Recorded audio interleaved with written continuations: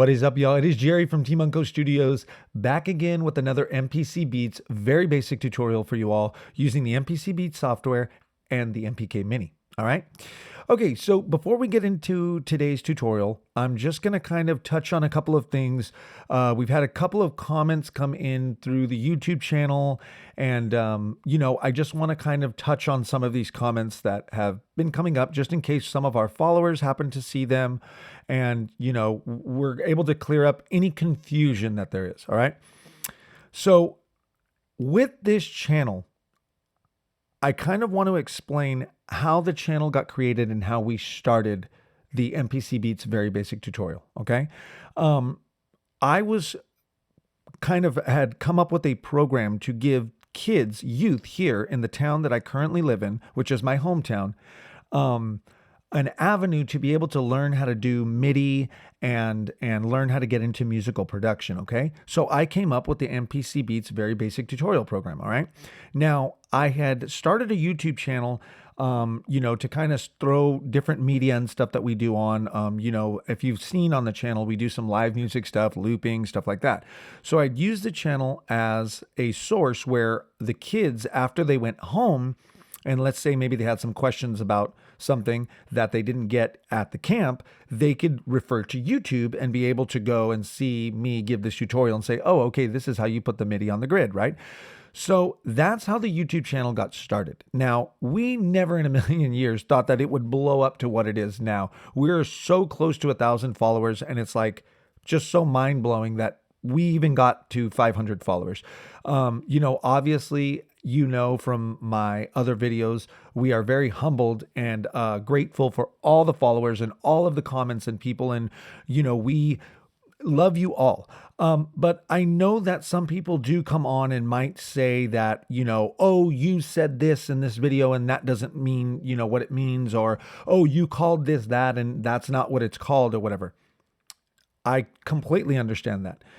Y'all, I am not a, guy that sits up here and wants to say that I know everything about MPC Beats and the MPC Beat world and all of that stuff, or even audio in general. Now, I've been in the audio world and playing music live and doing all this stuff for a very long time, 20, 30 years or so. And I'm still at a point where I do not know everything, and I'm not going to sit here on my platform and assume that I know everything, okay? We do this out of the kindness of our hearts to try to get people a better understanding of how MIDI works in MPC Beats, all right? So if I make a mistake or I might say something that might not sound or be the right way, I apologize. I'm human, and we're doing the best for our channel to get people to understand in the most basic way possible. All right? So with that all cleared up, let's jump into this. I've babbled on long enough, obviously, as you know, like I like to do in all my videos. Okay, so let's jump into today's lesson, which is on velocity. All right? So if you go ahead and take a look at my screen here, you'll notice I kind of just got this song up. I think I just made this the other day, just messing around with some sounds and stuff. So let's go ahead and listen to the sample like I normally start with. Let's just go ahead and listen to this and see kind of what we got here. It looks like I got 8 bars. So let's play, all right?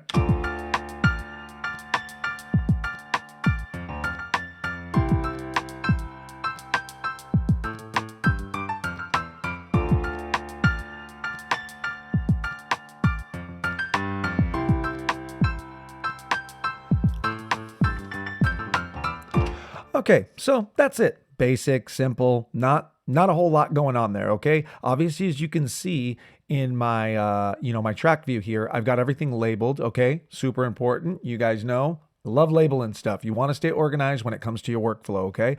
So I've got some drums, melody, I got a bass, I got a couple of pluck lead lines here and stuff, basic normal stuff you would find on any track, all right? But today we are actually going to be targeting something very specific. So what we're going to do is we're going to close a couple of things and kind of clean some things up so there's no confusion, right? So first thing we're going to do is I want to have you go up to your drum track here if you happen to be following along with me, okay? Obviously you don't have this song, but bring up a song with the drum track, all right? And go ahead and solo out that drum track so now we're only listening to the drums, okay? So there's my drums, all right? So the next thing we're going to do is let's go ahead and get rid of our console window down here, okay? So we're just going to, if you notice my mouse down here, I'm going to get rid of the console window there. And then I'm also going to get rid of my inspector, this guy over here, okay? Boom. Now my inspector's gone. Okay. So now if we go ahead and just highlight our drum, you notice I've got it highlighted, and let's go back to our home. Okay. I've got this now showing up down here, these kind of lines that are up and down here. Okay. This is what we're going to be talking about today. Okay. This is your velocity window. Now this window here changes into different things, and you can put different things in there, which we'll go over that in some other videos. But if you notice here where my mouse is right here to the left side, when I hit something, you'll notice that window changes there. Okay. So you can tune your, instruments and your drums and make things sound different pitches and all of that stuff. Again, I'll make a video on that, but for right now, we're just talking about velocity. Okay.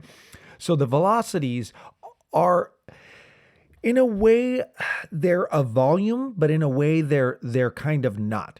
A velocity is just how hard you hit something in the audio world. Okay. So if I hit a snare and a snare goes crack and it's pretty loud, I can also hit that snare softly. It's going to have the same sound, but it's just going to be softer. Okay. So yes, the volume is, going and fluctuating up and down when I'm hitting the snare, but really it's more of how hard you're hitting the snare. Okay. Not so much the volume of the snare. It is, but it isn't. I know it sounds confusing, but let's go over this and hopefully I can explain this in a couple of minutes. All right. So the first thing we're going to do when we're on our drum track, again, I got my drum track up, is I'm going to go ahead and solo out my hi-hat line here, which is the one that's highlighted. If you highlight this, you see now they're all highlighted. I'm going to hit the little solo guy right there. Okay. Which I love that feature on MPC Beats that you can solo out each drum in this. Like that's super, super, super awesome. So one thing you totally got right, MPC Beats. So if I go ahead and play, now I'm only going to be able to hear my hi-hats. Okay. Okay. Now, if you notice there, you can hear my hi-hats are kind of fluctuating like this is what velocity is, okay? It adds like a humanized feel to your your drum track or whatever you happen to be working with on the velocity, right? It's a way that when you're playing with a live drummer doesn't hit the snare the exact same pressure every single time. He might hit it light, he might hit it soft, depending. That's the velocity, okay? The velocity is how hard he is hitting it and everything, how light, how hard, right? The volume comes from the mixing engineer who's volumizing his volume, right? That's volume. This is more velocity. So again, it is a type of volume, but it kind of isn't, all right? So the velocity works simple, you guys. If you just move these little line guys here, okay, you see where I'm highlighting these lines. Okay, if I move these up, the velocity is going to get louder. So if I listen now, okay, you can hear how loud. And now you hear it drops down there, okay? So I'm going to do it one more time, okay? Listen to how this section is louder than this section, and I didn't move a volume. Okay, and now right there, you see the dip in sound. That's velocity. That, in a nutshell, that is what velocity does, okay? Now, why would you have this? Why not just go through and automate your drums, right? You can do that too if you want. But this is just a way that takes literally a quarter of the time, okay? You don't have to go and automate your tracks. You can just use the velocity line here, and then it also helps in your final mix. Once you get there, you're not having things peak like crazy and hitting your gate or your compressor or whatever you happen to have on this specific hi-hat line, okay? So velocity is a really, really good thing for you to use before you get into that mixing stage. Get everything nice and tight here, and when you mix it down, your drums are going to sound amazing, okay?